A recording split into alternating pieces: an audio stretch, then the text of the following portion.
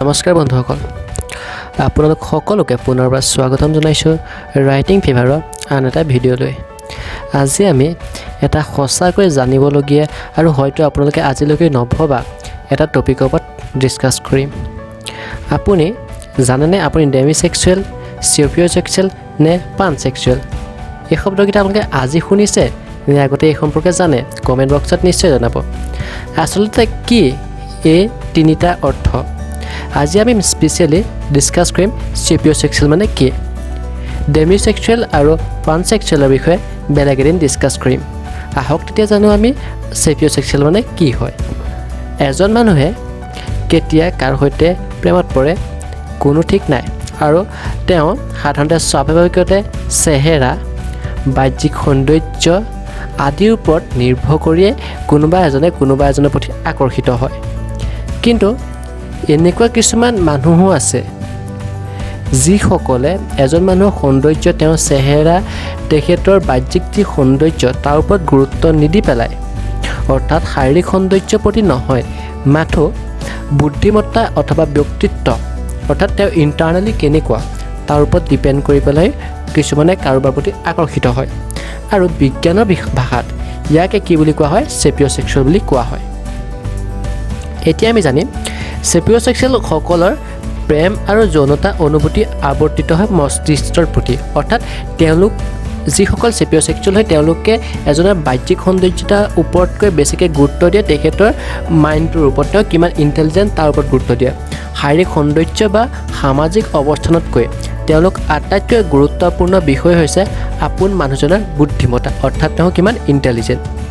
আপোনালোক মানুহজনৰ গভীৰ চিন্তা শক্তি, কৌতূহলী মনোভাৱ, প্ৰচলিত ব্যৱস্থাক প্ৰশ্ন কৰা মানসিকতা তেওঁৰ প্ৰতি আকৃষ্ট কৰে, আৰু ই এজন মানুহে আন এজন মানুহক বহুত বেছি পৰিমাণে আকৃষ্ট কৰে। মনস্তাত্ত্বিক, ৰাজনৈতিক, দাৰ্শনিক আলোচনাৰ পৰা তেওঁ চাহিদা পূৰণ কৰে আৰু ভাবে যে কাৰোবাৰ যৌন আকৰ্ষণ শৰীৰত নহয়, ইয়াৰ বিপৰীতে কাৰোবাৰ যি আকৰ্ষিত সেয়া লুকাই থাকে তেওঁ মেধাৰ ওপৰত। আপুনি বাৰু এনেকুৱা নেকি? নিশ্চয় কমেণ্ট বক্সত জনাব। এতিয়া আমি জানো চেপিঅ'ছেক্সুৱেলসকল হঠাতে কাৰো প্ৰেমত নপৰে বা হঠাতে তেওঁলোক কাৰোবাৰ প্ৰতি আকৰ্ষিত নহয়। যিহেতু শাৰীৰিক সৌন্দৰ্যৰ প্ৰতি সিহঁতৰ আকৰ্ষণ নাই, সেয়ে সিহঁতৰ কাৰোবাৰ প্ৰতি আকৰ্ষিত হ'বৰ কাৰণে বহুত সময় লাগে। ফলত বেছিভাগ ক্ষেত্ৰতে সিহঁতৰ মাজত প্ৰেমৰ আগত কি হৈ পৰে? বন্ধুত্ব হৈ পৰে, আৰু সময়ৰ লগে লগে মানসিক আৰু বৌদ্ধিক সংযোগ হ'লে সিহঁতৰ মাজত গভীৰ প্ৰেম হয়। মেধা আৰু বা বুদ্ধিৰ প্ৰতি আকৰ্ষিত হ'লেও যে তেওঁলোকে শাৰীৰিক আকৰ্ষণ নহয় তেনে কথা নহয়, কিন্তু তেওঁলোকৰ কাৰণে কি হয়? শাৰীৰিক একেবাৰে সাময়িক হয়, আৰু দীৰ্ঘকালীন সম্পৰ্কৰ বাবে কেতিয়াও চেহেৰাটো তেওঁলোকৰ বাবে ডাঙৰ কাৰণ হৈ নপৰে।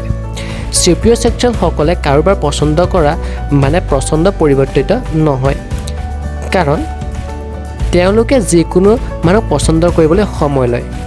অপেক্ষা অন্তত মানুহজনৰ লগত বৌদ্ধিক সংযোগ স্থাপন হ'লেহে তেওঁলোকৰ মাজত ইজনে সিজনৰ প্ৰতি আকৰ্ষিত তথা তেওঁলোক প্ৰেমত পৰে।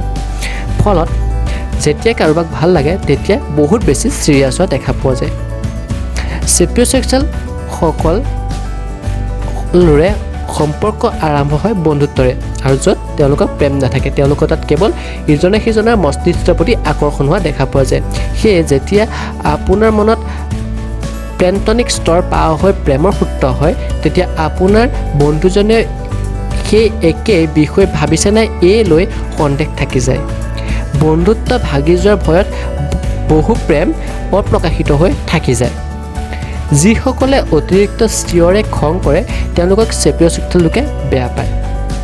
যিসকলে অধিক অনুভূতিবোৰক যুক্তি সহকাৰে ব্যাখ্যা কৰিব পাৰে, অৰ্থাৎ যিসকলক খং নুঠে, যিসকল জটিল পৰিস্থিতিক শান্তভাৱে সমাধান কৰাৰ চেষ্টা কৰে তেওঁলোকক পচন্দ কৰে, আৰু তেওঁলোকক কি বুলি কোৱা হয়? চেপিঅ'ছেক্সুৱেল বুলি কোৱা হয়। আপুনি কি চেপিঅ'ছেক্সুৱেল হয়নে নহয় বাৰু? এতিয়া গম পাইছেনে? বৰ বেছি লোকৰ লগত আপোনাৰ ঘনিষ্ঠতা নহয়, সচৰাচৰ প্ৰেমৰ সংখ্যা আপোনাৰ বেলেগতকৈ বহুত কম হয়। সাধাৰণতে এটি সৰু বৃত্তৰ মাজত আপুনি থাকিবলৈ পচন্দ কৰে, সেয়ে আশে পাশে হোৱা বহুতো লোকে আপোনাক অহংকাৰী বুলি ভাবি ভুল কৰে। তাতে আপুনি বিচলিত হোৱাৰ কাৰণ নাই। নিজৰ পচন্দ আৰু ধ্যান ধাৰণাত স্থিৰ হৈ থাকক, আঁতত থাকক। গতিকে আজি আমি জানিলোঁ চেপিঅ'ছেক্সুৱেল মানে কি হয়। ই হৈছে মস্তিষ্কৰ প্ৰতি প্ৰেম। এতিয়া আমি বেলেগ এটা ভিডিঅ'ত ডেমিছেক্সুৱেল আৰু পানছেক্সুৱেল মানে কি হয় ইয়াৰ সম্পৰ্কে বিতংভাৱে আলোচনা কৰিম। যদি ইয়াতে যিখিনি তথ্য আমি আপোনালোকৰ লগত আলোচনা কৰিলোঁ সেইখিনি যদি আপোনালোকে বিতংভাৱে ইংৰাজী, অসমীয়া, হিন্দী, উৰ্দু যি ভাষাতে পঢ়িব বিচাৰে তেতিয়া আমি তলত এটা লিংক দি দিম ডেছক্ৰিপশ্যন বক্সত, তাত গৈ পেলাই আপোনালোকে বিতংভাৱে পঢ়িবলৈ পাব। ধন্যবাদ।